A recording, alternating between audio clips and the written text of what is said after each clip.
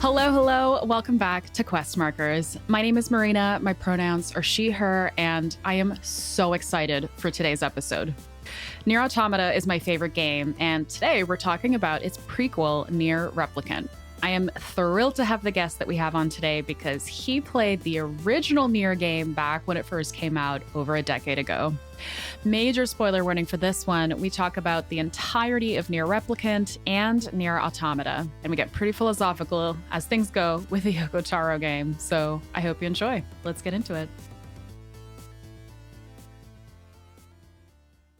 Hey everyone, again, really excited to be talking with Mr. Zach Parkerson about NieR Replicant today. Zach, very excited to have you. Could you please give us a little intro on yourself? Oh, sure. First of all, thanks for having me on because I think Quest Markers is a brilliant podcast. And I've been describing it as it's the video game conversations I wish I had been having my whole life. Like I wish I had friends that discussed video games like the way you guys do here. That is very kind. That is very, very kind. Thank you. As for me, I've been a video game podcaster for many years at the Gaming Outsider. You know, and speaking to NieR, I've been a fan since the original Papa NieR days. Yes.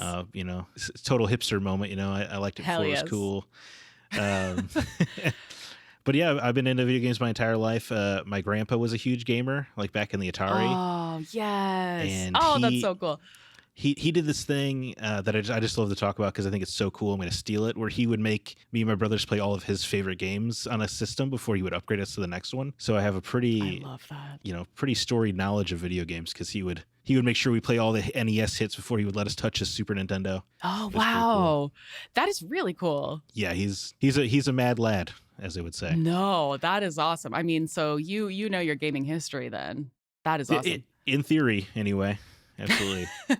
Well, sounds like more in practice. But before we get into it, for anyone and everyone listening, do check out The Gaming Outsider. Zach, I just described it to you as sitting down with a group of friends and being privy to a conversation with good friends. And I like having it in the background a fair bit. So would highly recommend it to everyone. We're so complimentary towards each other. Yeah.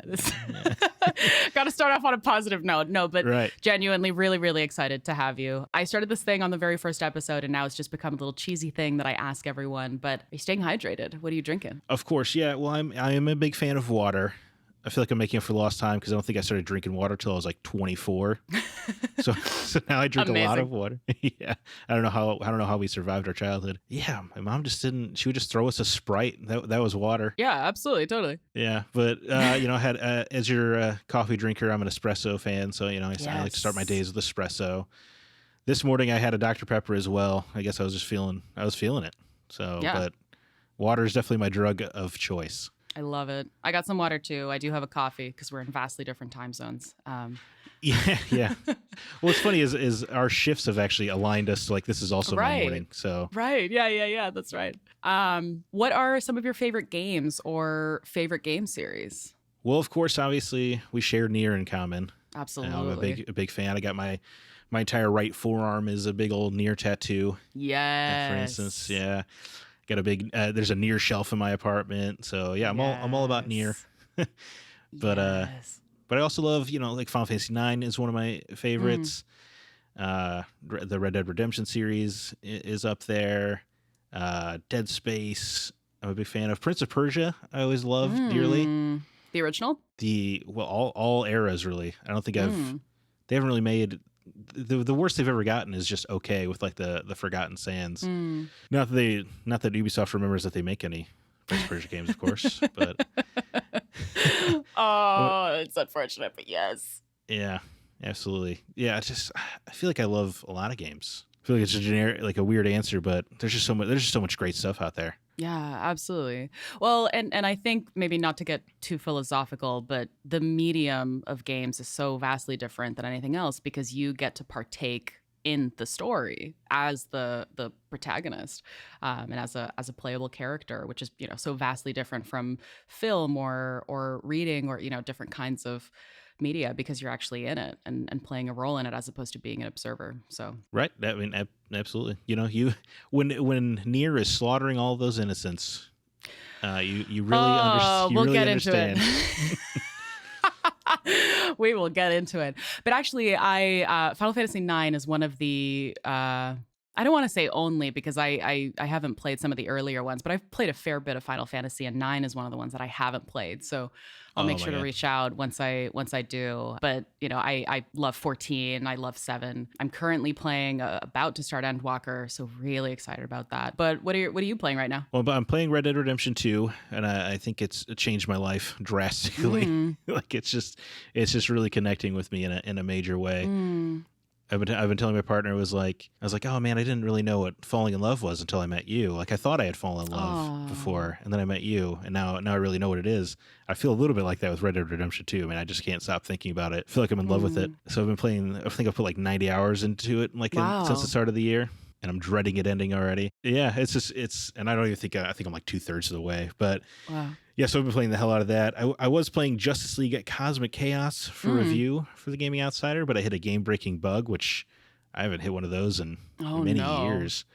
Yeah, so that had to stop, and then I'm also playing through Metroid Fusion because Scott Clark, my co-host of the Gaming Outsider, we're having like a year of Metroid right now. Yes, well, Metroid Prime just got remastered. Right, that kicked it off, and then they dropped Metroid Fusion the next month. I think Nintendo's cooking something over there. I think. Absolutely. Where is Prime 4 is my question. So, down in Texas. They're making it slowly but surely. No, I'm excited to see what Retro does. But we are here to talk about NieR Replicant today, NieR Gestalt, if you will. What do you call it? Because you play the original. I know. Yeah. So I just use NieR Replicant now ever since it was handy when Automata came out. Because when you say NieR, people usually default to thinking it's Automata. So now, yeah, I just try to say Replicant. But in my brain, it's still NieR, all capital letters. Yes. American box art, blood everywhere. Yes. No, I'm particularly excited for this conversation because Automata is my favorite game of all time. Like I will never, ever, ever stop talking about that game. And I played it before. Yeah, it's unfortunate. I think everybody who follows me on Twitter knows that, unfortunately. But I think it's quite all right. It's all over your Discord profile as well. It is. Yeah, my Discord photo. You rep it. Yeah, my Discord photo right now is A2. So yeah. Mine is. I commissioned an artist to draw me as NieR. So yes, I understand. There you go. Same brain. Yeah. But I played Replicant after I played Automata, and kind of very similarly to Automata, I haven't really stopped thinking about the story and the story that it tells. And I have really found that with, the only 2 Yoko Taro games that I've played, because I haven't played Drakengard, that might be better for your sanity in the long run. Yeah, maybe. I mean, I'd love to play Drakengard 3, but we'll get there eventually, one day. No doubt. But Replicant really doesn't over-explain its story. Like, really doesn't seem to be a fan of exposition at all. And I remember when I was playing it and when I finished it, because I don't like to spoil myself, I did a lot of research and read a lot of lore to kind of put the puzzle pieces together, because the game kind of gives you parts of the story in loading screens and then parts of the story you get in lore that you collect. So as someone who played the original game when it initially came out, could you help summarize the story of NieR Replicant? I can try. You're right. The game does not explain itself very well. And I do think it's an intentional choice, because I think you're meant to be as in the dark as NieR is about everything. When he's learning about souls separating from their bodies or whatever, it really is just like when you're there, you're just like, what? You're as confused as he is. But I guess the general thing, yeah. So at the end of Drakengard 1 had a joke ending where Kaim and Angelus came over into modern day Tokyo, and then I guess Yoko Taro decided like it would be even funnier if we made an entire depressing universe out of that, wouldn't it? So that the dragon and the monster you're fighting at the end of Drakengard 1 turn into salt. It sounds a little goofy when you say it out loud. And then when the salt makes contact with humanity, you basically have to make a decision if you want to. You can align yourself with a god and turn into a monster, or you can let yourself die and turn into a pile of salt. But this led to a big war between humanity and the monsters that the god was creating. And they came up with Project Gestalt, which separated the soul from the body. And that's what the intro is like young NieR trying not to take the pact. Then they hard jump cut, 3,000 years later.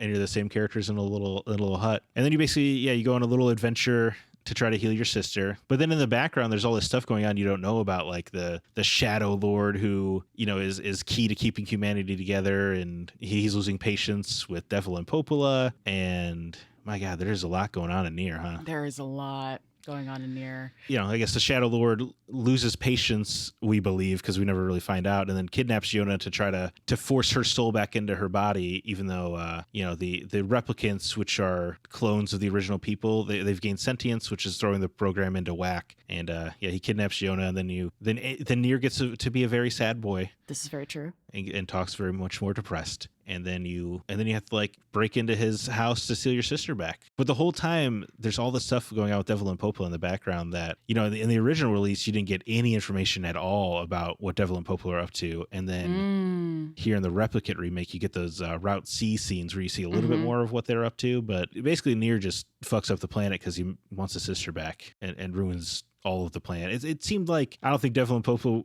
necessarily were going to figure it out anyway, but NieR definitely made it so that there was no chance. And it's what I find really interesting about the story, to your point, is that there's the story that we see, which is, we're the protagonist and we are going to save our sister. But then in the background, there's this whole like history of why we're even here. Why are we a replicant? And everything is caused, to your point, by this, salt or white chlorination syndrome where humanity was doomed. And I think that in itself is a really interesting thing to talk about, of like, if we were to meet our demise, how would we survive that? And so Project Gestalt was set in place to separate body from soul. Human bodies were made into replicants, or these like artificial bodies, and souls were supposed to be protected, but they are actually, what we come to learn as gestalts are these like shades that we eventually fight. And so we go through the game not knowing, our goal being to go and save our sister, not knowing that these monsters that we're fighting are actual human souls that have gone mad. And like that in itself is just so interesting, because what we learn is that replicants gain their own self-awareness, which causes them then to reject their original human souls. And that's kind of what Yona has. Like, that's called a relapse. It's what causes the black scrawl in the replicants, which looks like this kind of text on the skin. Yeah, black scrawl is cool. I like it's the human genome.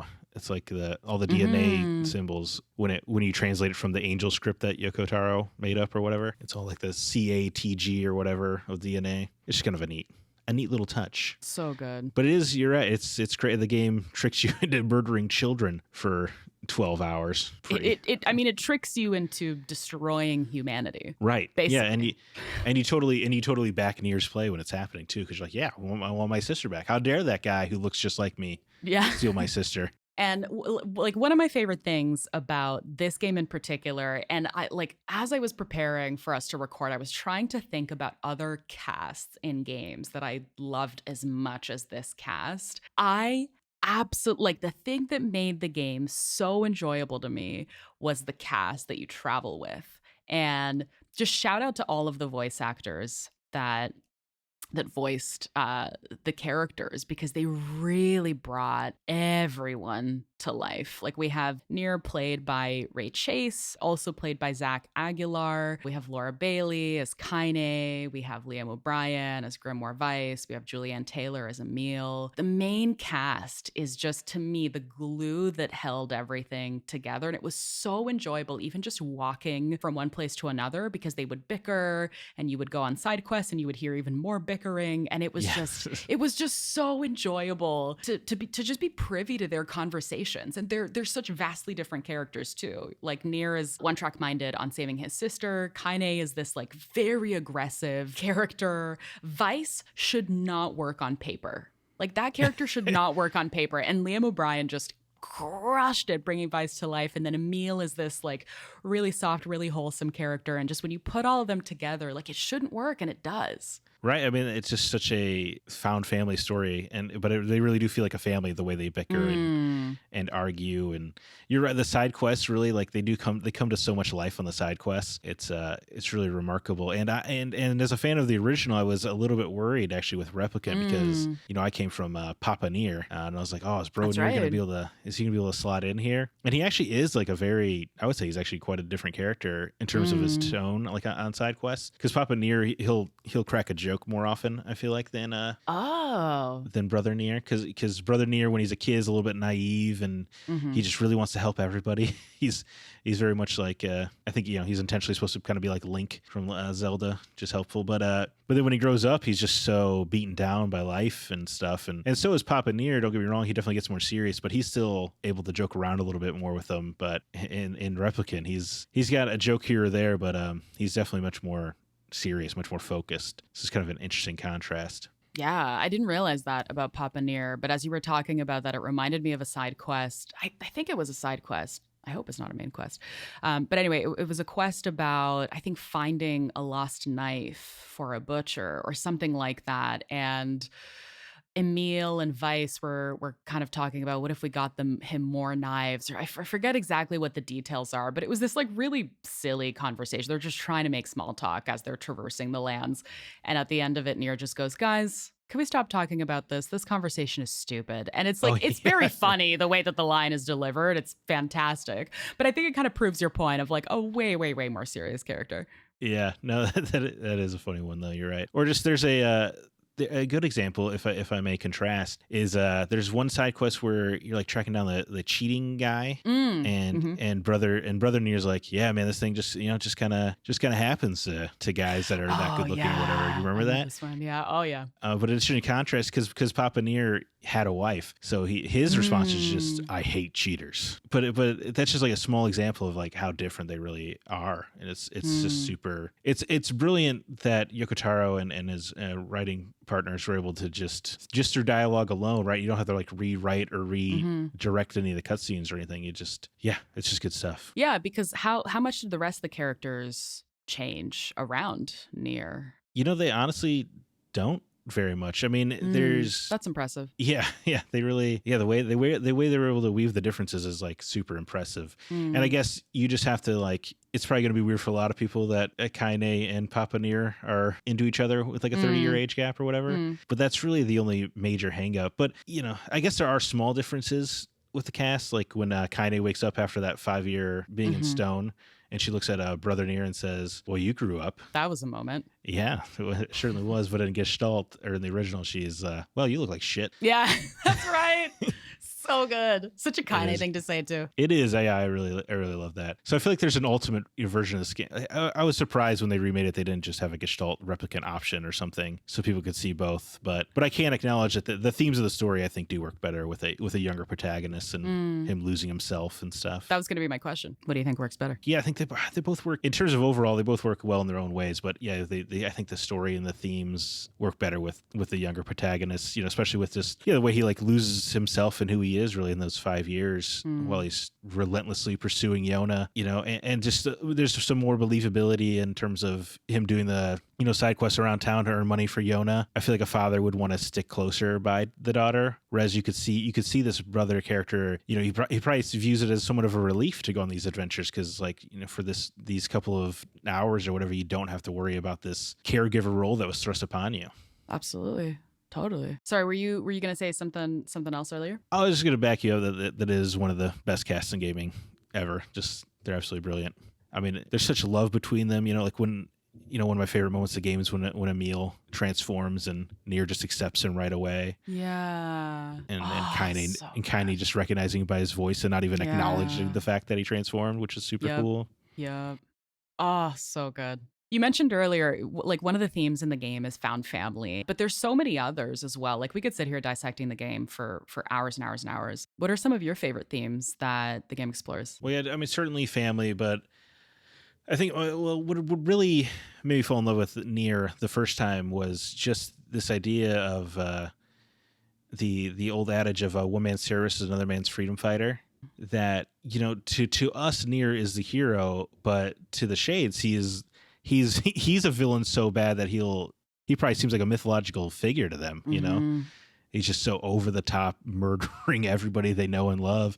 I mean, the first Shades you kill they're not even hostile. Yeah. You can just walk right past them if you wanted to, but the game makes you kill them because that's what NieR would do.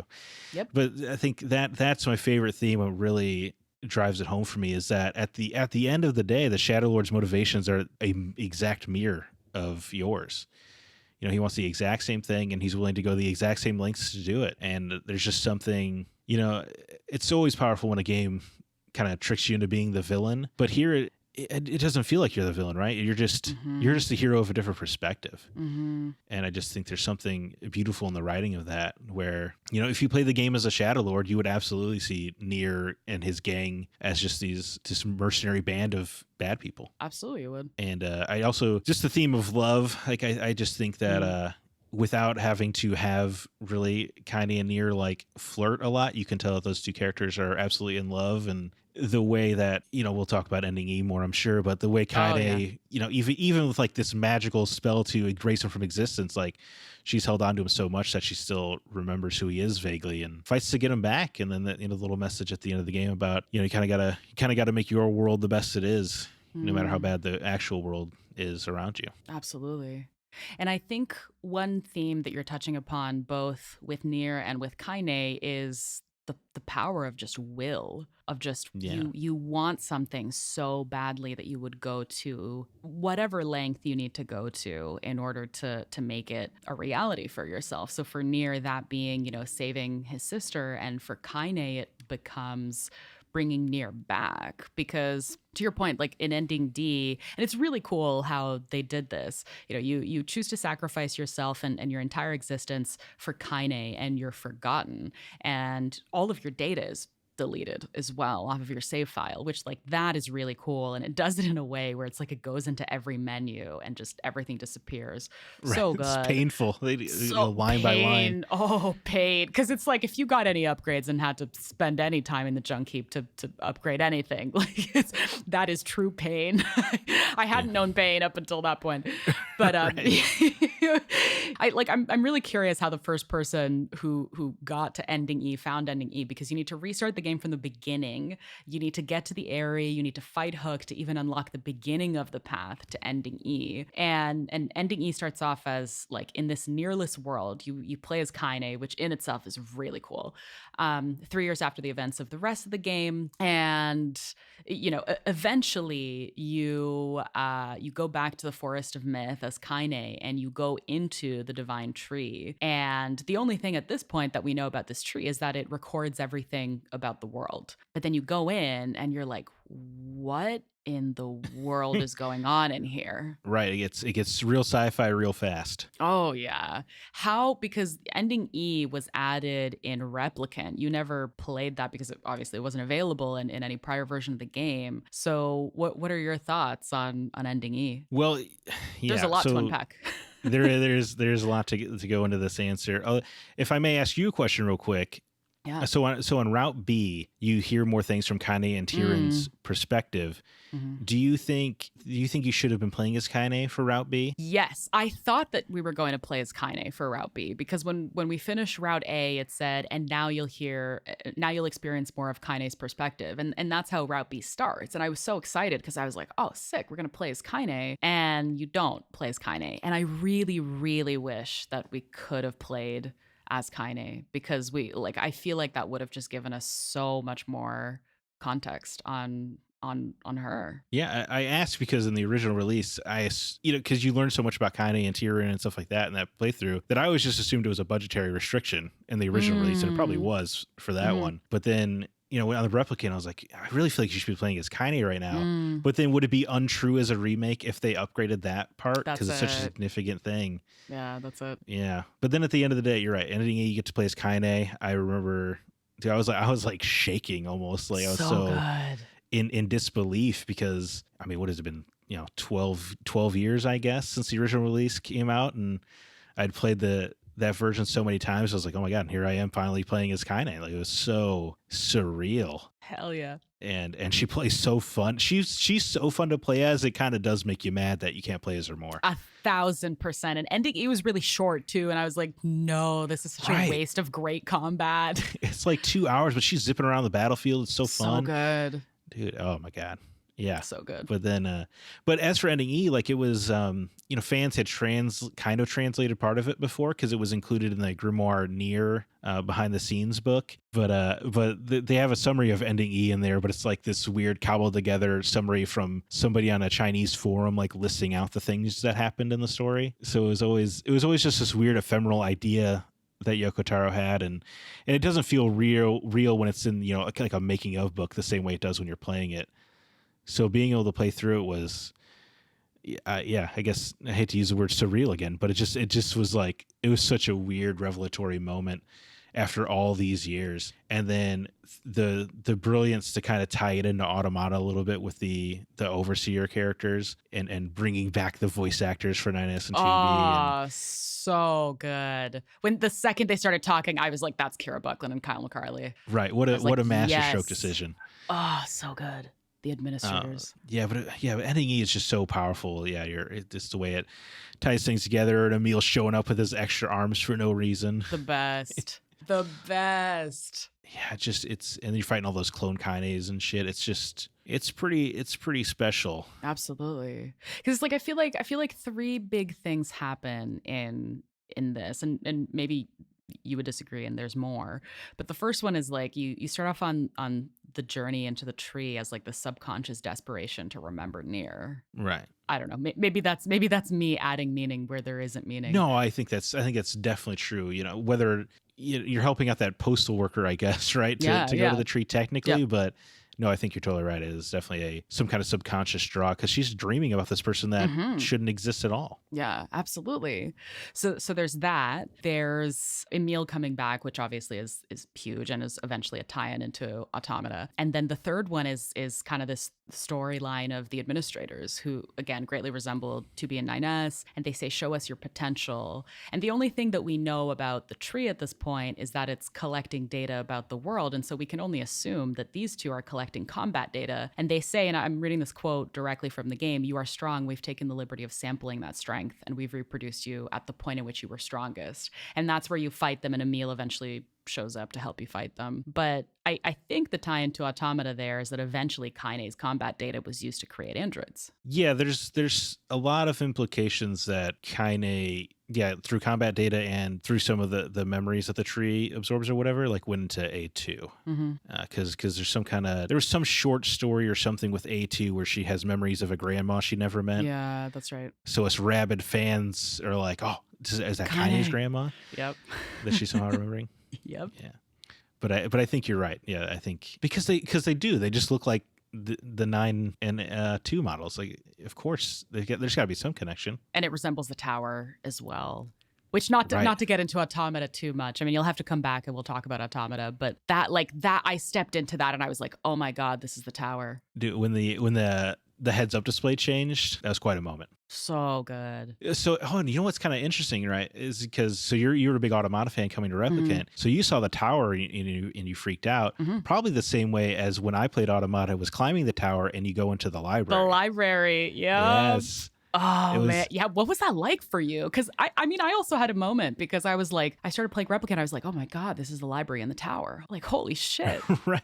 Yeah. What an interesting perspective change, depending on what you played first. No, but for me, it was, I always say there's like a game journalist cliche where there's like, when they're talking about in reviews, they'll be like, I had to set my controller down. It was such a powerful moment. And I finally lived that cliche when I got to the library in Automata because I just like couldn't process seeing it again. Especially because Automata, definitely has ties to Replicant, but it's certainly not a direct sequel, so it was just seeing any kind of tie was crazy. I mean, I figured Emil was going to be in it because he's immortal or whatever, but seeing the library, it was a real, I had to like set the controller down because I couldn't really process moment. And it's so late in the game in Automata as well that it's like you're probably not expecting it at all. If it was earlier in the game, maybe, but by that point you're like basically at the end of Automata. Right, and there's so much momentum of 9S and A2 chasing each other up the tower, and so it's just like really just smacks you in the face if you're a fan of the original. I mean, I also had to put the controller down moment when I got into the library in Replicant, where I was like, holy shit. Yeah. Because I was like, oh my God, that's the same library. This is where it's from. It's fascinating that like Yeah, for you, I guess ending E must have really been quite powerful, seeing all these automatize again. Mm-hmm. Oh, absolutely. Absolutely. I mean, and copied city, I've always been so fascinated by the copied city as well. Or I was in Route A and Automata, because I was like, what is this place? And eventually you get to the tower and you get to learn a little bit more. But I just had this great fascination with it that kind of stayed with me even after you go into the tower and you climb the tower. And so then playing, a very similar environment in Replicant, I was like, oh my God, this is amazing. It's such a striking visual aesthetic as well. Oh, yeah. Yeah, absolutely. So cool. Sticks with you.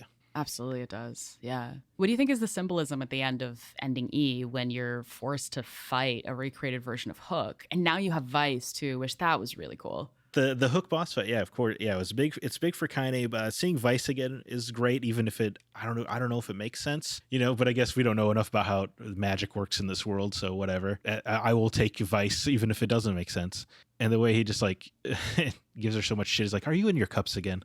Is delightful. But for me, the Hook boss fight is it's great, and it's the moment when I started crying because the way she screams out at NieR in such a beautifully Kaine way of like how fucking dare you make this decision for me? I swore to be your sword. I'm going to be, and she refuses to accept fate, I guess, and it's just it's so powerful. And Laura Bailey's delivery obviously is just unmatched, and yeah, it's great. No, I just got chills. I mean, the writing there was really good, and I totally agree. I mean, Laura Bailey is Kaine, and Kaine is such a fantastic character. And then when you put Kaine and Vice together, just magic happens. Yes, absolutely, 100%. I love them. Yeah, I have two signatures on my copy of NieR, and it's Laura Bailey and Liam O'Brien. Oh, I'm so jealous. Yeah. Oh, I'm so jealous. Oh my God. Laura Bailey. Awesome. Laura Bailey was great. Yeah. She's that is awesome. I was like somewhat surprised she came back, because like she's such a big name now.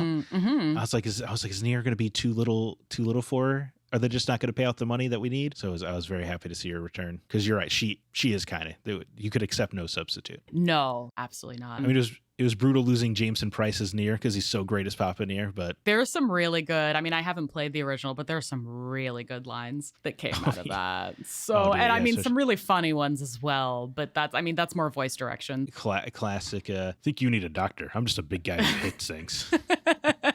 So good. But the delivery on "You and I are friends now" was just very comical to me. But I think that's more direction than it is anything. I mean, I don't think there's any saving that scene when it's a 43-year-old man. No. It's just weird. It's just a strange thing for an adult to say to a teenage girl. So yeah, agreed. But there's also when you first meet Vice, and this is in the original game, and Vice is, he's giving his history and who he is, and a little bit of it, and Papa NieR just goes, "What?" And just I have a clip of that I just send to people when I don't understand something. I'm just like, "What?" He's so good. I just, like, Papa NieR is like, he's written to be dumb. He's not a smart guy, and I love it. Well, I didn't realize that, because I haven't played the game. I've just seen clips. I guess that's just how I just take it as he's kind of a brute, Whereas, and I don't think Brother NieR is super inquisitive compared to a lot of characters, but Papa NieR is very direct. So I guess maybe not dumb. He just doesn't care. He doesn't care how the magic book is talking. He's just, can you help me get my daughter? Yeah. But again, that's like the single-mindedness as well. And I agree. Like, I don't think that NieR is an inquisitive character at all, because if he was, maybe, I don't know. I don't want to speculate too much, but maybe he would have realized what he was doing. Maybe. If he was inquisitive, the Aerie wouldn't have happened the way it did. He would see a shade pop out of a human. That is true. Yeah. Where they were getting along, and he would just, most characters would be like, oh, man, what the hell's going on here? But NieR's just like, all right, I guess I'll kill him. Yeah. No, it's true. And it's like, as you're playing, and once you realize kind of what you're doing, because the game forces you to replay it, you kind of sit there and you're like, okay, cool. So we have this concept of like Project Gestalt, humanity faced with its demise, like we decide to split our bodies from our souls in order to survive. And like eventually after, we were able to solve the white chlorination syndrome problem, we were going to return the souls to the bodies. And then, we play this protagonist. I don't even know now if I want to call NieR a protagonist, and we kill humanity. We kill human souls. And you realize, like, on your second playthrough, you're kind of like, oh, wait, I have this information now. You're playing Route B. You're like, wait, I've read the Gestalt papers. Like, I know what I'm doing now, or at least bits and pieces of it. And I remember playing it being like, whoa, this is a different perspective now, replaying it the second time around.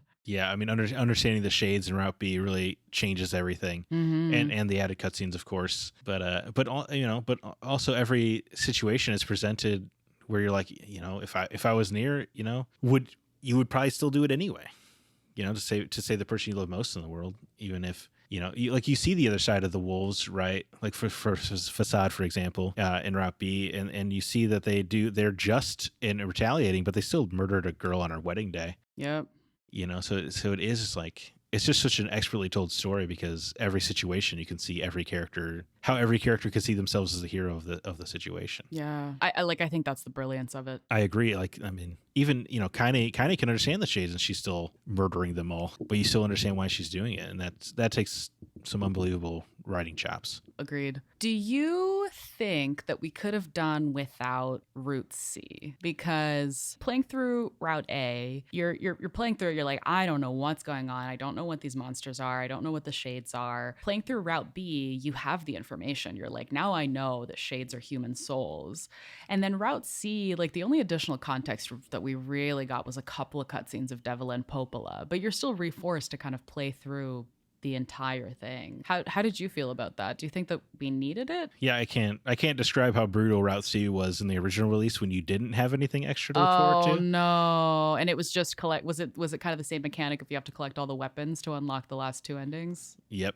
Absolutely. Or to unlock ending D. Yeah, but it was really just like there was nothing new. But for Replicant, yeah, it's kind of interesting. I think you're probably right overall, but the fanboy in me is like, oh, but seeing those extra C's, Devil and Popo were so worth it. And by this time, I've probably done all those dungeons 1,000 times for replaying the original release. But I think overall you're right. Like, you could have done those Devil and Popo scenes in Route B. You didn't need to do all over. You could have just started Route C from the Shadow Lord Castle or whatever, so people can make that decision about Kaine, because Route C doesn't add a lot overall, which I guess hurts to say out loud. But those Devil and Popo scenes were some much needed context that was missing from the original release, because you don't really grasp what the relationship is with the Shadow Lord in the original release, because they show up at the end and try to stop you, but without those scenes you don't know that they were planning to try to use Luis, the mermaid character, as potential backup to fight against them, and just their heartbreak about the situation they're in with NieR, and they're trying to keep him distracted and stuff. And in the original game, I thought they were working with the Shadow Lord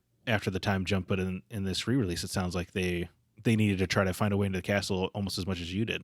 I do wish in Route C we got just a little bit more. You know what? I wish we got a lot more context and a lot more visibility into the conversations between Devil and Popola, because we really only got a couple of cutscenes. Yes, I would take an entire book that was just Devil and Popola's perspective of the story. Route C, what might have saved it? If you could play as Kaine. Maybe that could have been the new thing. Yeah. Route A is the normal story. Route B, you learn that you're a monster as NieR, and then Route C, they let you play as Kaine.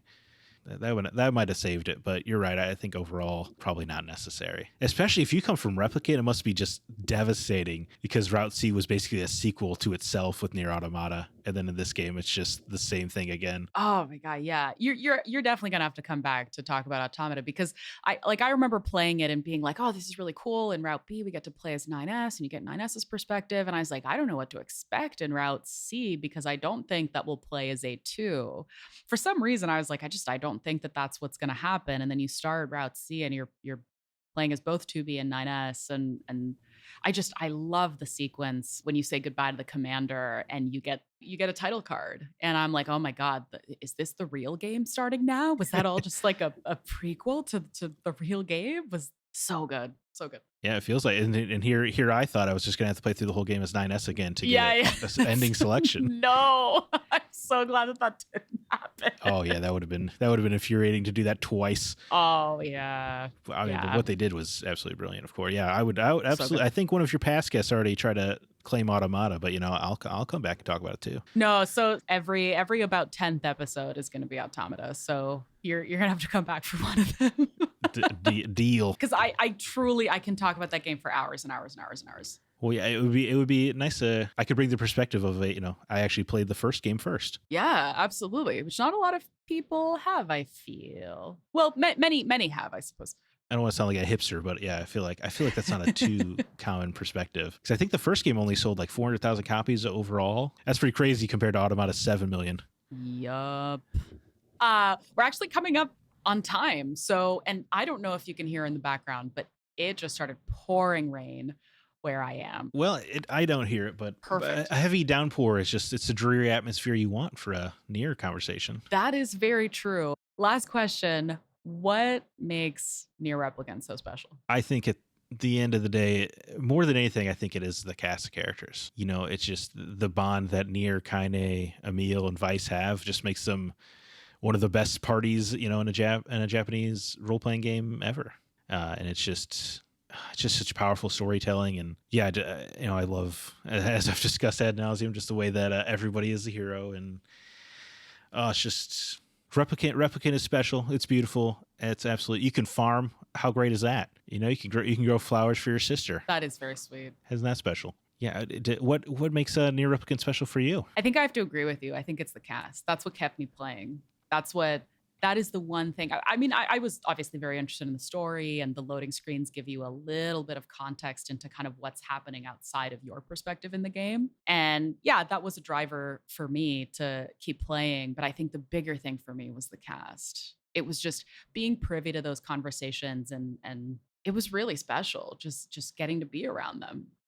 I loved Kaine's bickering with Weiss. I loved seeing the little bits and pieces of Emil and Kaine's relationship, and how Kaine acts so differently towards Emil than towards anyone else. It's so heartwarming. Oh my gosh. Yeah. It's that campfire scene. Oh, like after you yes. unfreeze her or whatever. And he's talking about like pouring water on her to try to heal her and stuff. Yeah. That wasn't in the original game either. No way. Yeah. That's one of my favorite scenes in the game now. It is. It's a beautiful scene. So yeah, I think it's got to be cast for me. And again, the voice actors that bring them to life. So good. I mean, just, the way they're big. Especially, Kaine and Weiss. It's one of the great duos in gaming history. Could not agree more. They're so good. Zach, thank you so much for being here. I want to give you some space to plug absolutely anything that you want. And I want to plug your podcast for you, if that's okay. Sure. Yeah, of course. Again, to anyone and everyone listening, please check out The Gaming Outsider. It is incredible. And you just get, again, like I feel like I've been talking about being privy to conversations now for the last few minutes, and I'll just repeat that for The Gaming Outsider. It's like you're privy to a conversation between good friends, and it's just really nice, and you feel like you're a part of the conversation as well. So highly recommend. Listen to The Gaming Outsider. If you like Emil, our host Scott has the same golden retriever energy that Emil does. I'm sure he'll appreciate that. But and Alyssa has she's not any of them. She's too nice to be in the world of NieR. Has Alyssa played NieR? Oh yeah, definitely. Okay. Definitely, right? It'd be crazy if she didn't. She had to have. Yeah. I think CB certainly hasn't, but Scott only played it out of obligation to our friendship. Yes, of course. Yeah, which is fair enough. But I also used to have a podcast called Smirk, just called Smirk. The logo is a hastily drawn smirking smiley face. It was a storytelling podcast I did with Aaron Peterson and Amanda Sink from The Hollywood Outsider, and it was every week we would write a short story, and it would lead to a moral or theme that was in our talking point for the episode. And I'm really proud of that podcast. We did 100 episodes. It wasn't a huge hit, but so far everyone that listened to it seems to really love it. Like, it's the only time I when I went to Rockford, Illinois, which is where the Hollywood Outsider is based out of, I saw a bumper sticker with the Smirk logo. Way! So, that's so cool. That is so cool. It was super cool. So it seems like when people listen to it, they love it. But it was a very unique episode, and we had a fun game you could play while you're listening, where you had to guess whether the story we just read was based on truth or fiction. And it's a podcast that I'm really thrilled about. And so if you guys want to check something a little bit different, I think it's a good show. But of course, The Gaming Outsider is also great. Obviously. No, I'm gonna have to check out Smirk as well. I hope you listen to it. Yeah, I hope you like it. Yeah, something new to listen to. Absolutely. Zach, thank you so much. I will be bothering you to come back to talk about Automata at some point in time. If you'd like, you're always welcome.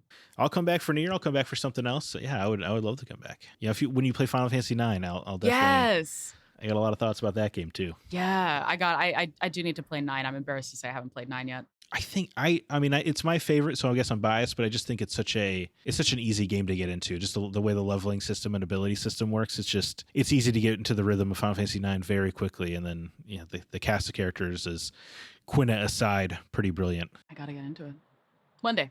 It'll happen. It'll happen.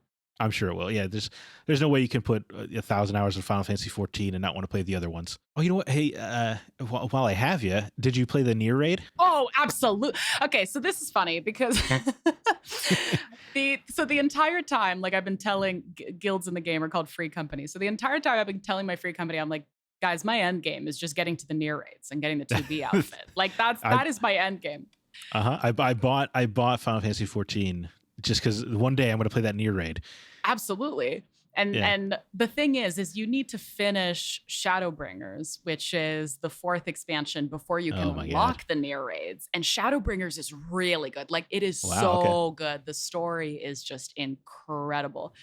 And I speed ran the shit out of Shadowbringers because I loved it. And I finished it, and it's like you're sitting there in amazement from this incredible story. And then it hit me. I was like, oh my God, I can go play the NieR raids. And I zipped through those, and someone in my free company was like, wow, way to wait for me. Because we played Shadowbringers basically kind of on a similar timeline. And I was like, I'm so sorry, dude. Like I had to play the NieR raids. Your brain fogged over. You saw NieR and you just had to go for it. 1,000%. Yep. Yeah, because it looked like there's like some real Drakengard ties, which is super cool. They're so good. The raids are incredible, and they're like pretty difficult too. They're very fun. Only Yokochara would be crazy enough to have canon NieR content in a Final Fantasy raid. Yep, and they're great. I had to check them out for sure. It takes a bit to get there, but they're worth it. They're very good. I believe it. Zach, thank you so much for being here, and we'll see you again, hopefully soon. Yes, yeah, absolutely. Thank you for having me. Hey, thank you so much for listening. Thoughts, things we missed, any game requests for future episodes? Let us know down below if you're on YouTube. And as always, our socials will be in the description if you'd like to follow us. Don't forget to subscribe, and we'll see you next time. Bye, everybody.